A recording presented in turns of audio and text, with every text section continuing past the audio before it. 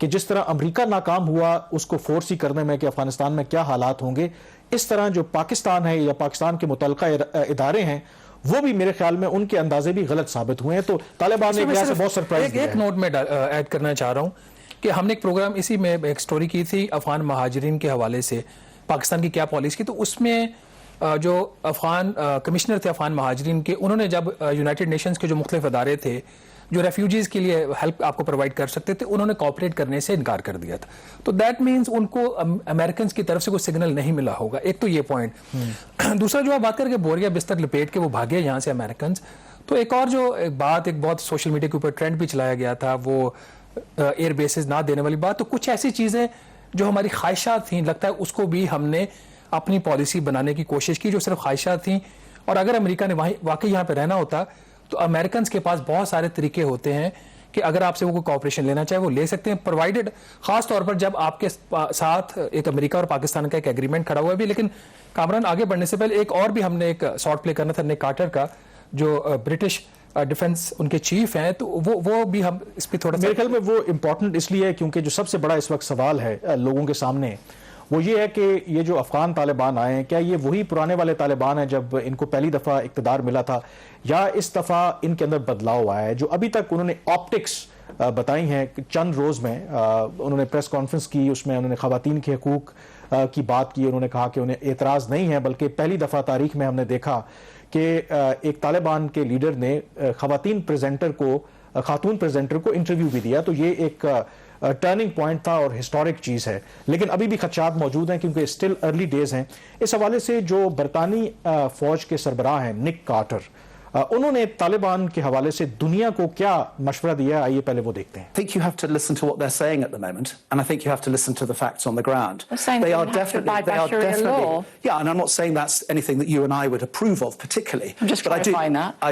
Absolutely, but I do think that they have changed. I think they recognise that over the course of the last 20 years, Afghanistan has evolved. They recognise the fundamental role that women have played in that evolution. And yes, they at the moment will undoubtedly say that they want to respect women's rights under Islamic law, and that will be a Sharia law. But that doesn't necessarily mean that they won't allow them to be involved in government and in education and in medicine and those things that they need them to be involved in. جی شہباز، یہ جو نک Carter نے بیان دیا ہے اس پر بہت سے لوگوں نے ان کو تنقید کا بھی نشانہ بنایا کہ آپ کس طریقے سے طالبان کے ایڈوکیٹ بن رہے ہیں. تو یہ نک کارٹر کے بارے میں اگر آپ کو میں تھوڑا سا بتاؤں کہ یہ جو پاکستان کی ملٹری قیادت ہے ان کے ساتھ حالیہ سالوں میں ان کا بہت کلوز کوارڈینیشن رہا ہے، اور یہ پاکستان کو لے کر کے بڑے سمپیتھیٹک بھی ہیں، جو ویو ڈیفرنٹ لیتے ہیں.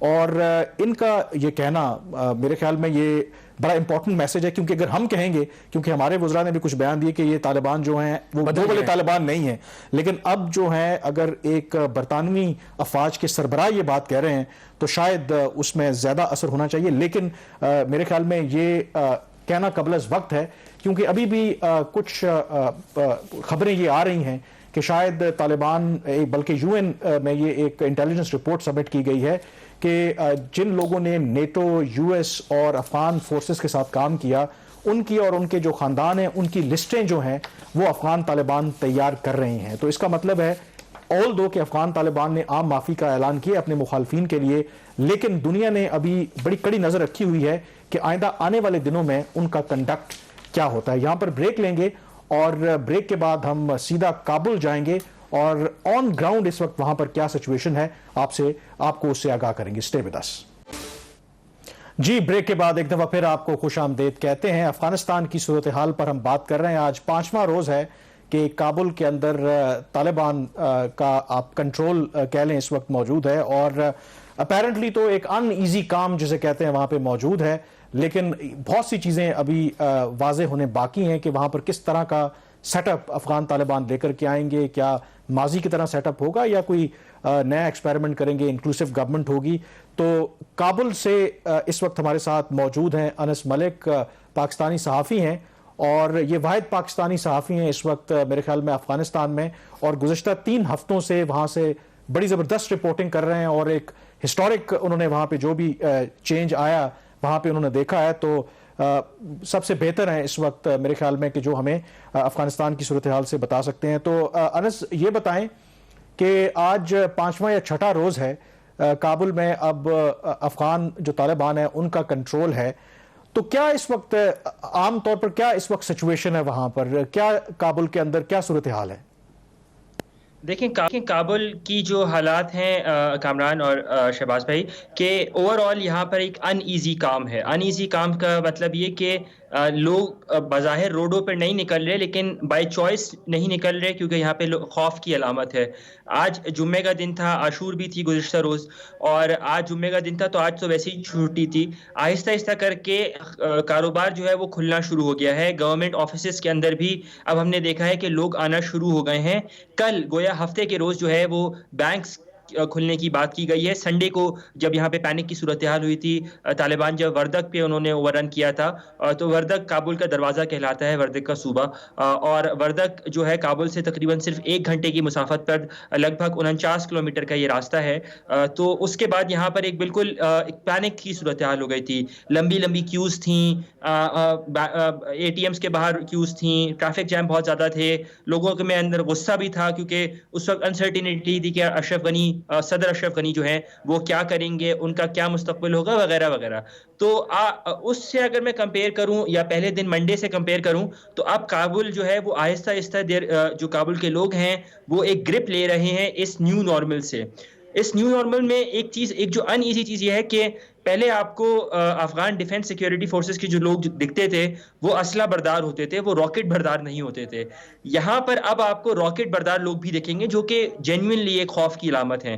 ایک اور چینج جو ہمیں ایٹ لیسٹ مجھے نظر آیا پچھلے 5 دن کے اندر، کہ عورتیں اور بچوں کا، جو چھوٹے بچے اور عورتیں جو پہلے کافی زیادہ آپ کو سڑکوں پہ نظر آتی تھیں، کابل کی عورتیں کافی زیادہ ریزیلینٹ ہیں. میں پہلی مرتبہ افغانستان نہیں آیا ہوں، میں آتا جاتا رہتا ہوں، اور کابل کی عورتوں کے بارے میں یہ ہے کہ جو بھی جتنی بڑی بھی مشکل ہو جائے وہ اپنے روزمرہ کے کام جو ہیں وہ اگلے دن ہی کنٹینیو کرتے ہیں. اس کی ایگزامپل میں آپ کو دیتا ہوں کہ جنرل بسم اللہ خان محمدی کے گھر کے اوپر دھماکہ ہوا تو ان کا گھر جو ہے شیرپور کے علاقے میں ہے.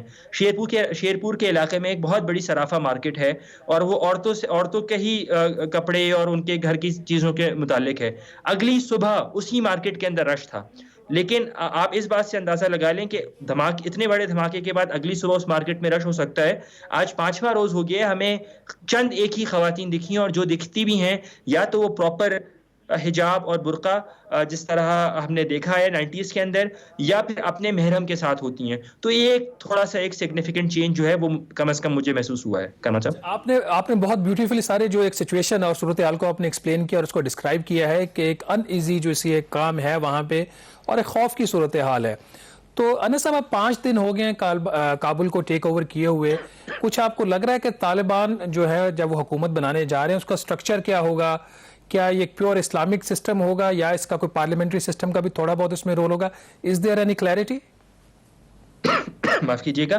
بالکل، دیکھیں اب تک جو ہمیں ذرائع سے یہ بات ہوئی ہے، یہاں پر ایک supra council sort of Iranian structure کے اوپر جو ہے وہ بات ہو رہی ہے کہ ایک کاؤنسل بنا دی جائے جس میں جیسے آیت اللہ ایران میں ہوتے ہیں ویسے ایک سپرا کاؤنسل کا ہیڈ آئے گا جو کہ طالبان سے ہوں گے، اور ان کے نیچے پھر ایک انکلوسیو گورنمنٹ کی بات ہو رہی ہے.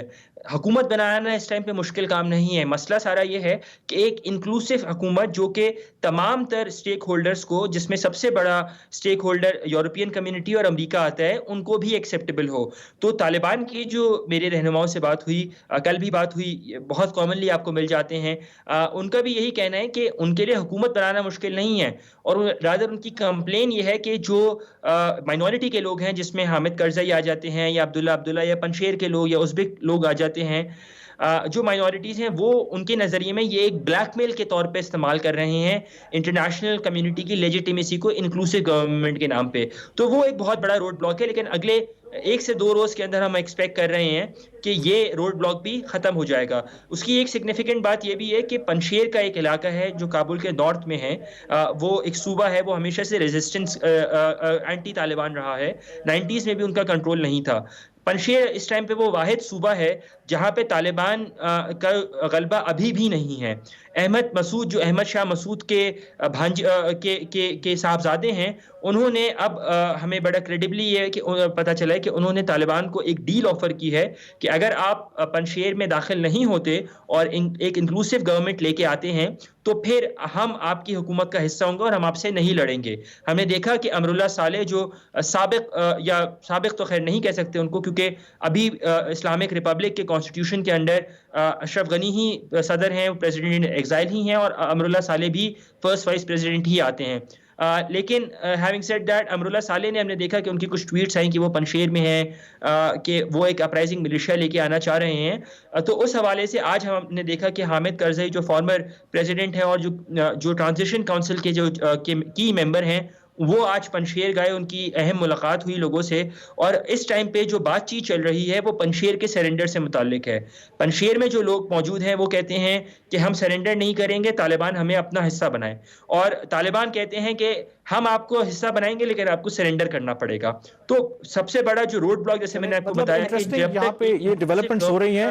ایک اور جو امپورٹنٹ انس دیکھیں, جب یہ افغان طالبان آئے تو شروع 2-3 روز میں انہوں نے بڑے اچھے آپٹکس دیے. مثلا پہلی دفعہ ہم نے دیکھا کہ طالبان لیڈر نے ایک جو فیمیل پریزنٹر ہے اس کو انٹرویو دیا, پھر انہوں نے پریس کانفرنس میں یقین دہانی کرائی کہ خواتین کے حقوق کا تحفظ کریں گے. لیکن آج ہی میں یہ خبر دیکھ رہا تھا کہ جو افغانستان کا اسٹیٹ رن ریڈیو اور ٹیلی ویژن ہے ان کی جو خواتین پریزنٹرز ہیں, یہ خواتین جو صحافی ہیں, وہ یہ شکایت کر رہی تھی کہ ان کو طالبان نے کام کرنے سے روک دیا ہے.